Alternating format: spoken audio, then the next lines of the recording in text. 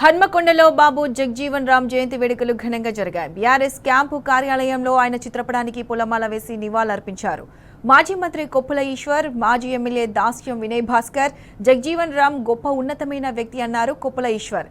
దళిత వర్గాల హక్కుల కోసం పోరాడిన గొప్ప నాయకుడు జగ్జీవన్ రామ్ అని వినయ్ భాస్కర్ కొనియాడారు.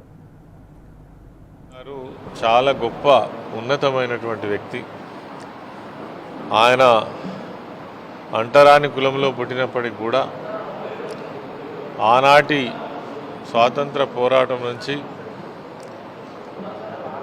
దేశానికి స్వాతంత్రం వచ్చిన తర్వాత కూడా ఈ నిమ్న వర్గాల కోసం, పేద వర్గాల కోసం అనేక పోరాటాలు సలిపినటువంటి గొప్ప నాయకులు. ఆయన జీవితం అంతా కూడా పేదవాళ్ళ కోసం, అణచివేయబడ్డటువంటి వాళ్ళ కోసం, ఎక్కడ అన్యాయం జరిగితే అక్కడ దాన్ని ప్రతిఘటించినటువంటి చరిత్ర కలిగినటువంటి నాయకులు జగ్జీవన్ రామ్ గారు.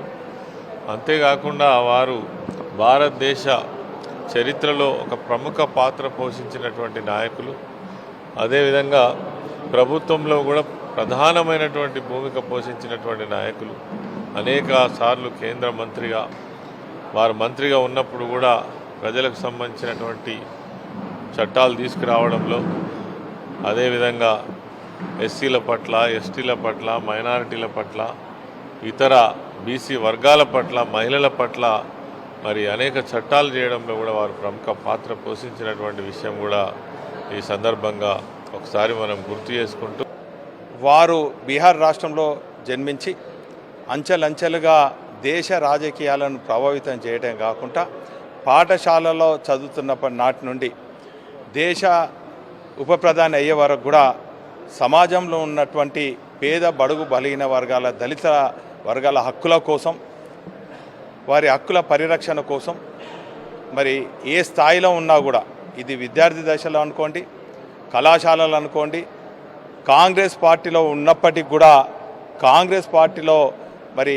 దళితుల హక్కుల కోసం పోరాడినటువంటి మహనీయులు బాబు జగ్జీవన్ రామ్ గారు అని కూడా ఈ సందర్భంగా తెలియజేస్తున్నాం.